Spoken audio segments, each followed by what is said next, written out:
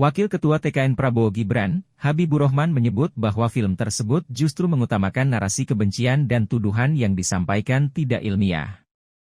Habibur Rahman pun turut mempertanyakan kapasitas tokoh yang terlibat dalam film tersebut. Diketahui, yang terlibat yakni 3 ahli hukum tata negara seperti Bivitri Susanti, Zainal Arifin Mohtar, dan Ferry Amsari.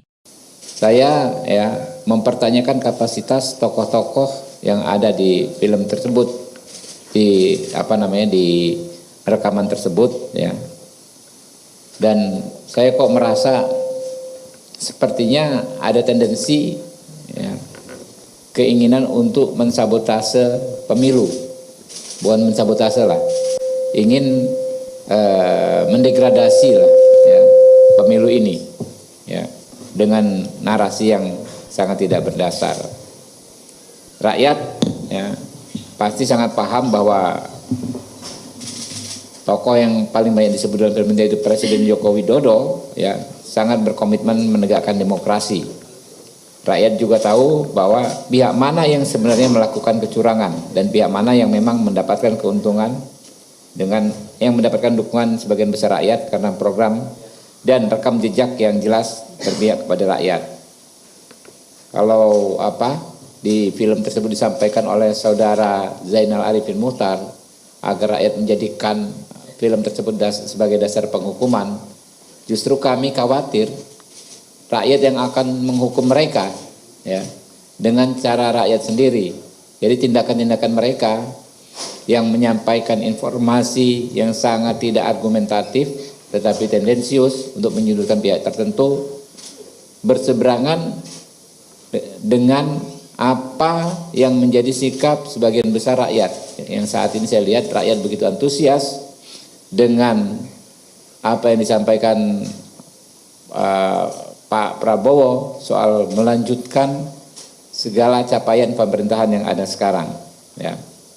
Intinya, ya, kami menyarankan kepada rakyat untuk tetap tenang, tidak terhasut serta tidak terprovokasi oleh narasi kebohongan dalam film tersebut, serta tidak melakukan pelanggaran hukum. Kita harus pastikan pemilu 2024 berlangsung damai, luber, dan jurdil. Pastikan rakyat untuk bisa menggunakan hak politiknya dengan sebaik-baiknya, karena itu akan menentukan masa depan kita semua ke depan. Nah, ada 3 hal, ya, teman-teman, dalam film tersebut yang perlu kami soroti secara khusus. Yang pertama, pernyataan saudara Ferry Amsari soal penunjukan 20 pejabat kepala daerah di 20 provinsi. Dikaitkan dengan jumlah DPT 140 juta suara yang ekuivalen lebih dari setengah, ya, dari jumlah pemilih di seluruh Indonesia. Narasi ini sangat tidak ilmiah, ya, dan sangat tidak masuk akal. Susah sekali kita mencernanya. Bagaimana misalnya dia sebut Pak Jokowi menunjuk 20 juta PJ kepala daerah, jumlah penduduknya katanya lebih dari 50%, lalu dikaitkan dengan istilahnya orkestrasi pemenangan salah satu paslon dengan jumlah pemilih 50% lebih dan sebarannya memenuhi ketentuan pasal 6 Undang-Undang Dasar, ya, yaitu 20% suara di setidaknya 50% provinsi. Bagaimana bisa seorang PJ kepala daerah memastikan seluruh pemilih di daerah yang dipimpinnya untuk memilih sesuai dengan yang dikehendaki oleh orang yang menunjuknya sebagai kepala daerah? Logikanya di mana gitu loh? Dengan kewenangan PJ kepala daerah yang jauh lebih terbatas daripada sebagai kepala daerah aktif, ya, bagaimana bisa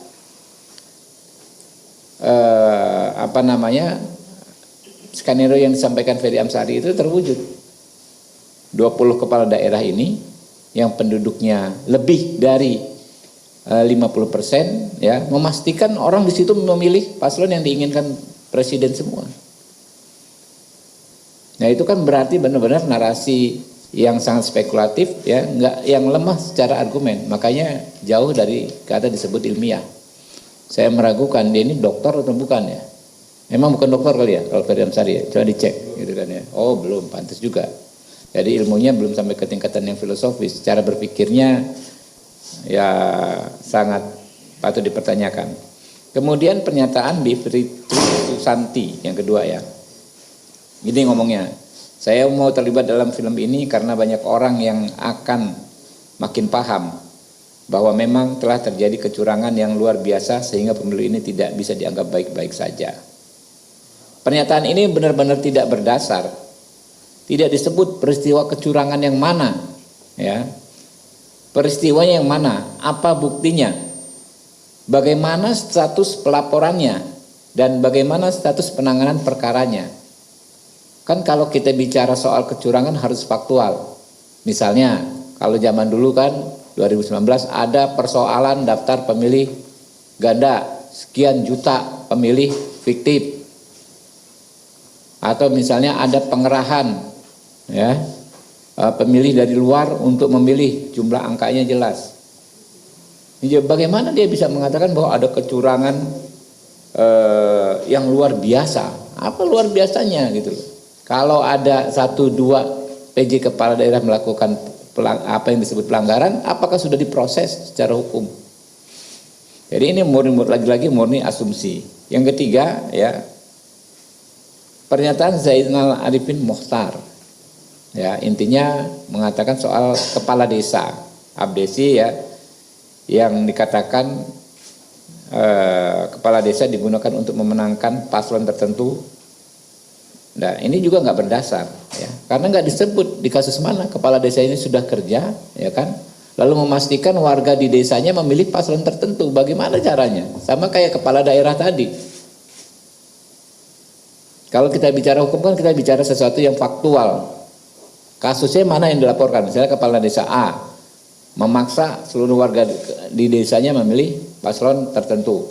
Buktinya ada, saksinya ada, perkara yang sudah dilaporkan, Bawaslu sudah menangani dan Bawaslu membuat keputusan. Ya ini nggak ada semua. Jadi saya pikir ya, memang film ini sengaja didesain untuk diluncurkan di masa tenang ini ya. Ya karena cara-cara yang fair untuk bertarung secara elektoral sudah tidak mampu lagi mereka lakukan. Kita kan gini aja, kalau nggak suka dengan salah satu paslon, kan ini event pemilu. Ya kita dukung paslon yang lain, kita lakukan cara-cara yang sesuai koridor elektoral. Nah ini karena mungkin elektabilitas Pak Prabowo dan Mas Gibran terus meroket, bahkan sudah tembus batas psikologis sekali putarannya itu 50% plus 1 suara, maka dilakukanlah cara-cara yang ini. Ya kami yakin ini pasti nggak laku ya di hati rakyat yang seperti ini. Rakyat sudah tahu ya apa yang harus mereka lakukan tanggal 14 Februari mendatang. Disebutkan juga mengenai ahli-ahli hukum ya. Nah, saya ingin menambahkan satu hal saja. Kita membaca di media sosial dan mungkin juga media mainstream berita mengenai peluncuran film Dirty Vote. Ya. Film ini menarik. Saya baru saja selesai menyaksikan film Dirty Vote ini. Dibuat ya, dan ada 3 ya ahli hukum tata negara yang sangat reputable, punya reputasi yang baik, menjelaskan mengenai kecurangan-kecurangan yang sudah terjadi menjelang pemilu legislatif, menjelang pilpres yang akan kita adakan pada tanggal 14 Februari, Rabu yang mendatang. Jadi ini film yang bagus, ya. Kalau kita membaca dan ingin mengetahui magnitude pelanggaran, ya, pemilu yang sudah terjadi dan potensial akan terjadi, ya, pada tanggal 14 nanti. Nah, ini inline, sejalan dengan pemberitaan di media. Kalau kita bicara mengenai apa yang terjadi dengan kepala desa yang melakukan pengarahan dan intimidasi, film ini menjelaskan itu. Kalau kita concern dengan misalnya politisasi bansos, film ini juga menjelaskan mengenai itu. Kalau kita concern misalnya dengan bagaimana nanti penyebaran 20% suara misalnya, ini ada kaitannya juga dengan kebijakan misalnya membuat Papua menjadi 6 provinsi. Banyak hal-hal yang positif yang kita bisa lihat dalam film ini, walaupun Anda tentu boleh tidak setuju dengan film ini. Tapi menurut saya film ini adalah pendidikan politik yang bagus. Pendidikan politik yang penting buat masyarakat, buat kita semua, untuk punya kemelekan ya, atau literacy politik, political literacy ya, dalam memahami dinamika politik di Indonesia. Nah yang saya tidak mau adalah jangan baperan gitu. Banyak orang baperan kalau dikritik ya. Nah baperan ini berbahaya ya. Kalau Anda merasa tidak setuju dengan apa yang dibuat dalam film itu, bantah saja film itu dengan membuat film yang lain. Ya, kritik mesti dibalas dengan satu kritikan yang lain.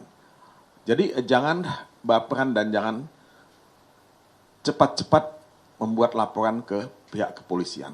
Jangan lupa subscribe ya.